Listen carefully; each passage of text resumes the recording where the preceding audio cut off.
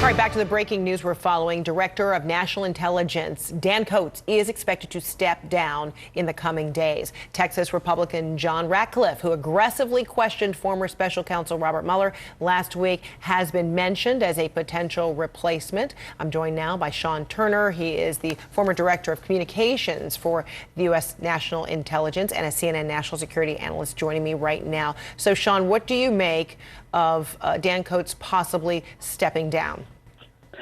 Well, thanks for having me, Fred. First of all, I think it's important to point out that Dan Coats has done a phenomenal job as Director of National Intelligence. You know, he came in with lots of concerns around the community as to whether or not he would keep the intelligence community out of the political fray and work to speak truth to power, and that's exactly what he's done.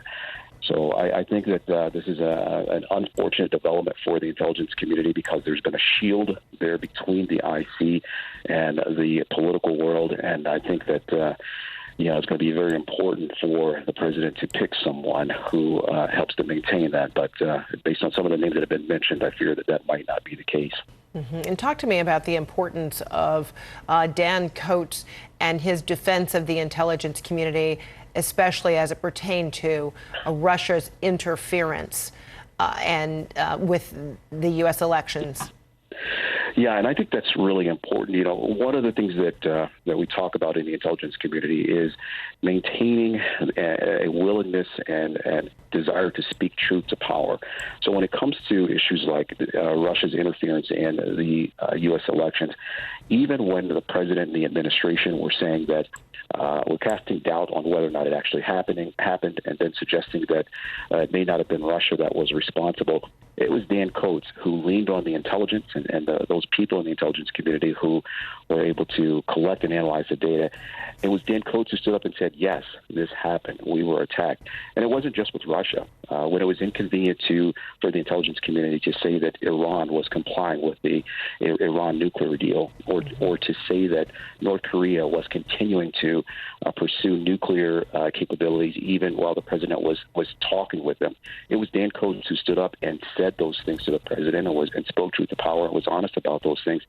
And I think that right from the start that made him, that put him at odds with the president and put a real chill on this relationship.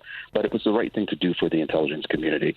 And so we really need someone in that position who's going to continue to do that. And it can't go unnoticed that this would be days after former special counsel, Bob Mueller testified on the Hill and said that Russian interference is happening as we speak. And I think we have the soundbite pulled.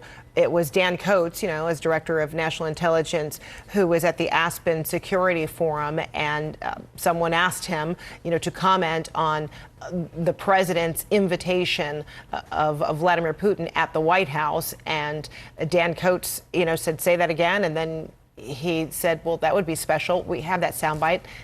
Recall this. The White House has announced on Twitter that Vladimir Putin is coming to the White House in the fall. Say that again?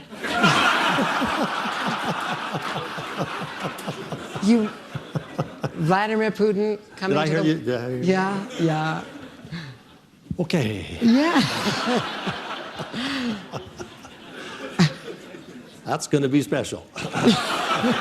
Yeah, it was a very awkward moment, Sean, because, you would think the Director of National Intelligence would know that firsthand. It was Andrea Mitchell asking that question.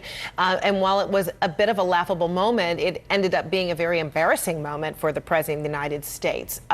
Was that kind of the window into what friction would come, or a window into the relationship or respect that the President might have of Dan Coats? That exchange, Frederica, was very telling with regard to the relationship that the president had at the time with Dan Coats and the relationship that has developed over time. Look, I talked to former colleagues after that happened, and the Director of National Intelligence was genuinely caught off guard by that. And, we all talked about the fact that is the kind of thing that should never happen. And unfortunately, that was kind of on the front end of what has been a deteriorating relationship over time, and certainly not on the part of Director Coats, who has done absolutely everything to give the president decision advantage by being candid with him, being honest with him about what the intelligence community sees. But unfortunately, it's been the case that oftentimes when Director Coates or his staff shows up with information that is not consistent with the worldview that the president would like to espouse or would like to have, it puts a chill on the relationship. And so I think that this has been coming for quite some time, and I think that it's unfortunate that the men and women of the intelligence community who really have had an advocate, and for our partners and allies who have had an advocate in Dan Coates, I think it's unfortunate that they're going to lose that.